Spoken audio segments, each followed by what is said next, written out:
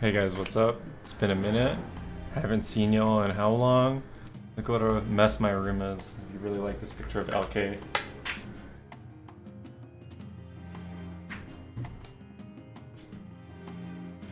Good times. Good times. Anyway, so today's video, after my long hiatus, Grand Blue finally comes out tomorrow. We've got 20 hours from now until when the game comes out. It's really exciting stuff, and before it dropped, I definitely wanted to get a little bit into the strategy aspects of the game, just so that people could kind of go in really mentally aware of what they were doing and what they were looking for and how to actually implement these things strongly, right? And we talk about kind of diagnosing strength in that way. You know, we've got a lot of really good footage now, courtesy of Team Spooky. We've got the Frosty Faustings finals. So there was a pre-release tournament, and Grand Finals was Flux, Matera versus Teresa, Charlotta. And I kind of really wanted to talk about Charlotta, right? Because everyone seems to have this kind of idea of her where it's all about her JA, right? And it sort of is, but I don't think people are really getting down into the nuance of her neutral. So I kind of wanted to talk about that in such a way where when you start playing, you're aware of these things, and the match actually displays it very well. I'm very glad to have that kind of content to talk over, because as a high-level match, it definitely exudes a lot of higher-level concepts. So, anyway, let's get right into it. So, right off, the first thing, obviously, I'm sorry for stopping like 3 seconds after I started, but we saw that JA, of course, just the classic. But what I want you to pay attention to is not only her jump arc, but her jump arc speed, right? She falls much faster than other characters, and her jump is a lot lower. So that makes it natively harder to react to, but also gives her the ability to properly establish her advantage in scenarios where people whiff things underneath her. So a lot of what you see Teresa doing is kind of misplacing himself with a jump in a scenario where you may want to cover the ground to prevent him from approaching you from the ground, right? So right there, you've got a very kind of standardized RPS from neutral for her to work with. And this is before we even start getting into roll and stuff like that. So we can talk about how other tools interact with that, but this is kind of a foundational neutral strategy for Charlotta on her approach. So a lot of times we'll see Teresa do things that are negative, right? So we can kind of run that back a little bit here. So this is negative, I think. Definitely negative in this whiff scenario, right? So he commits to the jump here just in case Flux decides to kind of pursue the whiff punish and is a little too late on it. And if he was, that would have actually ended up in Teresa's favor. But Flux here decided to wait, right? And check.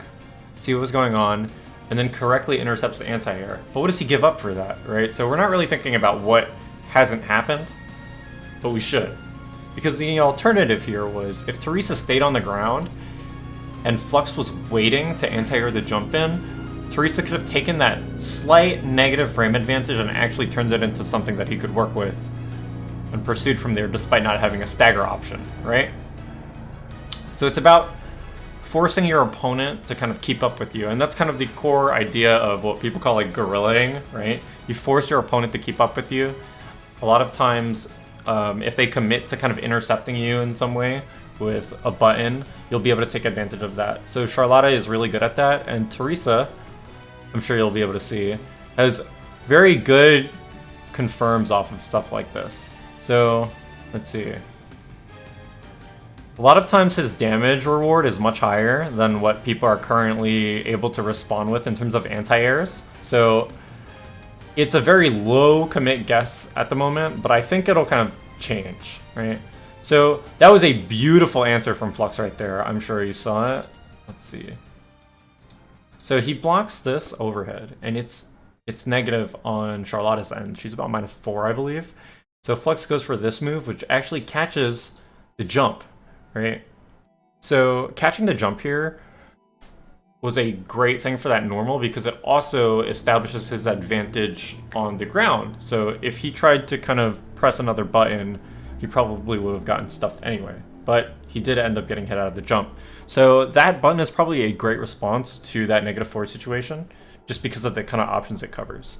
Obviously, Charlotta can spot dodge or roll, but that move recovers so fast on Materia's end that she probably gets a full punish on either of them. So that probably is where you want to start with your developed RPS, right? Because at the end of the day, Charlotta does have a parry at that -4, so even if you're trying to cover both of her movement potential options, then you have to look out for the parry. So that's kind of where the RPS goes. You can also think of it as the response to jump and parry are both waiting, right? And the response to ground and air is that overhead kick. So you can't think of these options in such a way where it's just rock beats paper beats scissors. Sometimes one option will cover two, but you have to establish that first, right? Because you have to make him want to do the parry naturally in the best risk-reward scenario. So there's an idea, there's a concept. I hope it's pretty clear, but hopefully there will be a few more examples that we can talk about for that. What I really wanted to show you was how Teresa actually utilizes these things as his choice, right? So one thing here, you saw him roll through the arrows, but there is a very specific point where he decides to roll that I really wanted to talk about. It was important.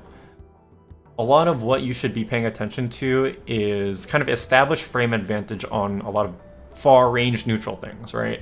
So in this game, a lot of your far range neutral tools are going to be slightly negative, which means that you will oftentimes have the opportunity to engage with this kind of RPS based on roll, jump, you know, intercept their button with some counter or something like that. So counters are natively actually relatively good in this game for that reason. Charlotta's does catch you and hit stop, which is great. There's a couple of them that don't, but you know, we'll get to those when the game comes out, of course.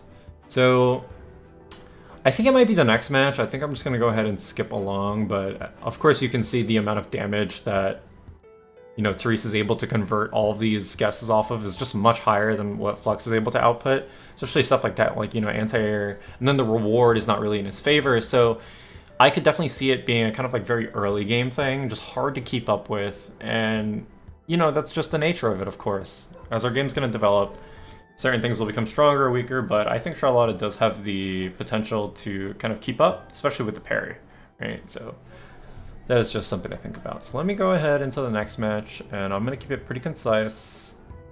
I think there's an example like instantly. So we were talking about a slight negative situation, right? So that was like -4 that I specifically highlighted after the overhead was blocked. And right now, this is going to be the round start scenario, right? So this is actually going to be neutral. And what does he do here, right? If he's neutral, then Flux has to kind of try to intercept on either the top end or the ground end. So how is this going to work?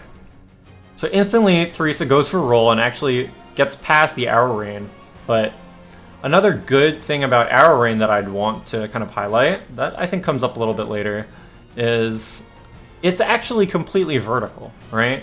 So you might be thinking, oh, Materia has to aim this way or she has to aim this way, but she could also aim this way and cover both ground and air, which is something that actually happens here, right? So I'll run that back a little. 48. So here we get a side swap here, nice block. Here's a tech. So it's building a bit of space. Here's the anti-air confirm. So I want to talk about preemptive space coverage, especially from things like arrow rain. Did I not go back far enough? Probably not. Anyway. Here.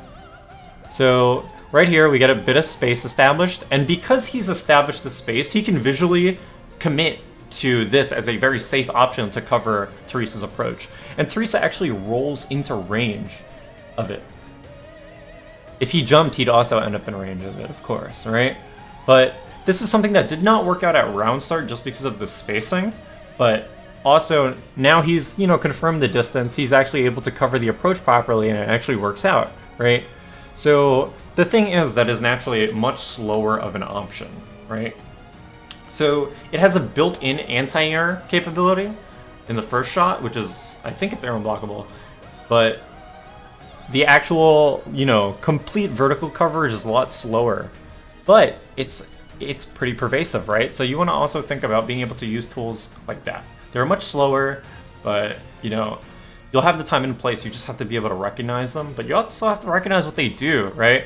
So the recovery is so fast on this that if he was actually able to roll this in a later scenario, Matera would definitely recover fast enough to be able to exploit the roll recovery. So yeah, pretty early game strats, but it's important to really be able to break that down so that you can start developing counterplay around it. So Flux is doing a good job of recognizing Teresa's like frame state, right?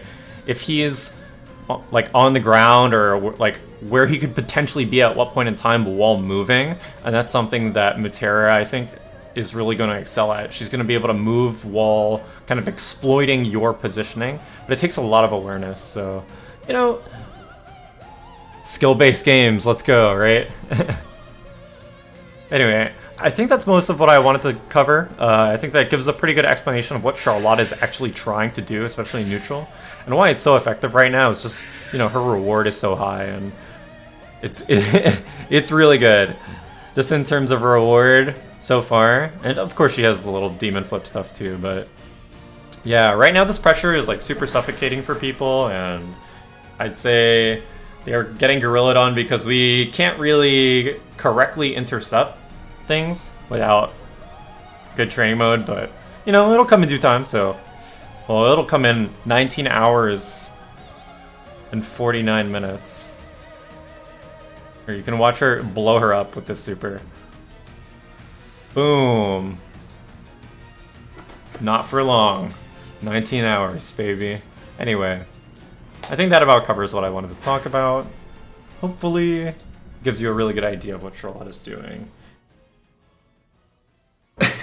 I don't want you guys to lose to Charlotta's day one, but anyway, yeah, you'll be able to catch me on stream playing Fairy, of course, beating up everybody. I'm definitely on my journey to be the God Fairy player, but you'll see that in 19 hours too. Anyway, on the other hand, I actually changed my Twitch URL, if you guys didn't know. It's now twitch.tv/skdbb. Much easier to type out. Much harder to typo, so hopefully I'll see you there. Thanks for watching.